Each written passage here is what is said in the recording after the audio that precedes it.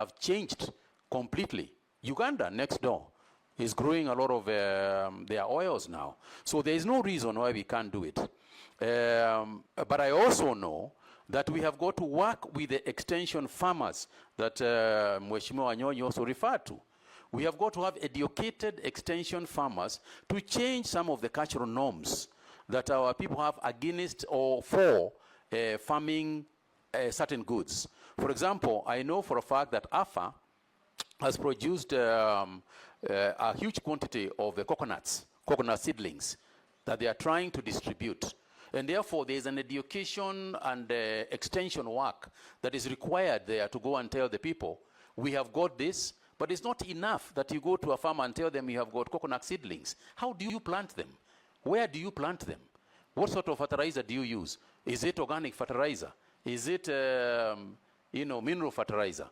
So there is quite a bit to be done so that we stop blaming the people and take responsibility ourselves to grow. On the issue of GMO, again, I repeat what I said. But we must also ask ourselves, what is GMO? This genetic modified organism, what is the mischief that this organism, this genetics change is supposed to have done? And there are two sides to this. There is a positive side and there is a negative side. And one of the first things that we must do is ensure that the National Biosafety Authority is sufficiently funded, is sufficiently prepared to deal with GMOs.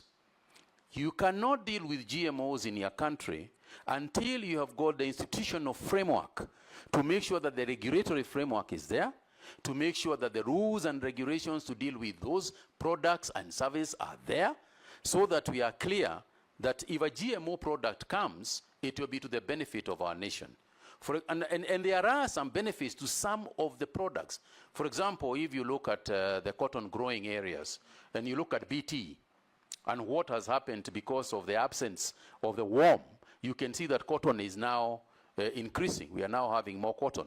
So there are, and let's also forget that genetic modification of plants happens naturally anyway.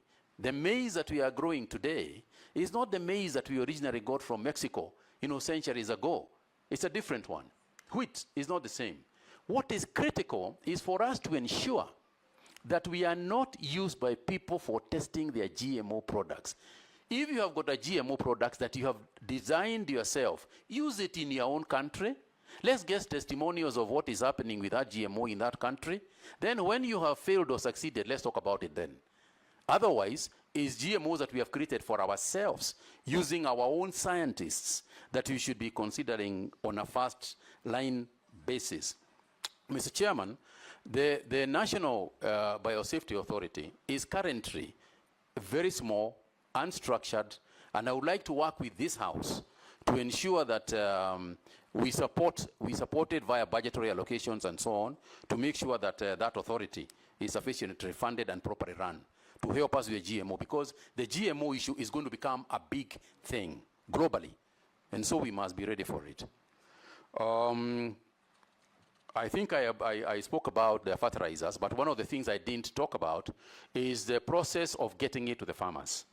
There has been, I know, just as a Kenyan, I know there is an outcry out there that whatever subsidy you give can very easily be offset by the transportation costs of where you are getting it from.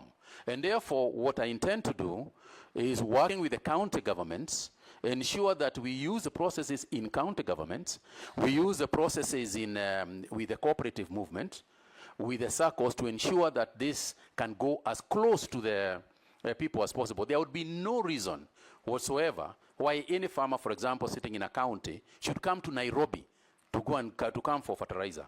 That is something, is a cost that we should bear. Otherwise, we would be giving with one hand and taking the same with the other. And therefore, I'm not going to preside or supervise over an activity such as that one. The other aspect of fertilizer, I think, that has not been raised, and I also want to mention, is the question of accountability. Accountability of the subsidized fertilizers. And that is to say that we must have proper data in terms of what is a farmer, how much has been allocated to a farmer, how much is going to them? Is it the same quantity or different quantity? Do we have a situation where I've been allocated